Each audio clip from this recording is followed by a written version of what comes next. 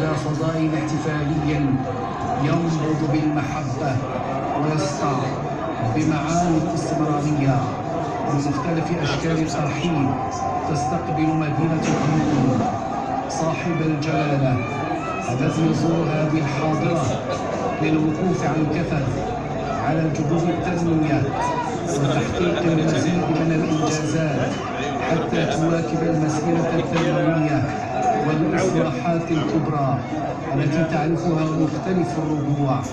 مدينة العيون تعيش اليوم حدثا مشهودا، وهي تخصص هذا الاستقبال الشعبي الكبير لجلالة الملك في أجواء احتفالية موسومة بالحب والإجلال ومعطرة بمشاعر التقدير والإكرام. إلى هنا سيداتي سادتي نودعكم وإلى اللقاء.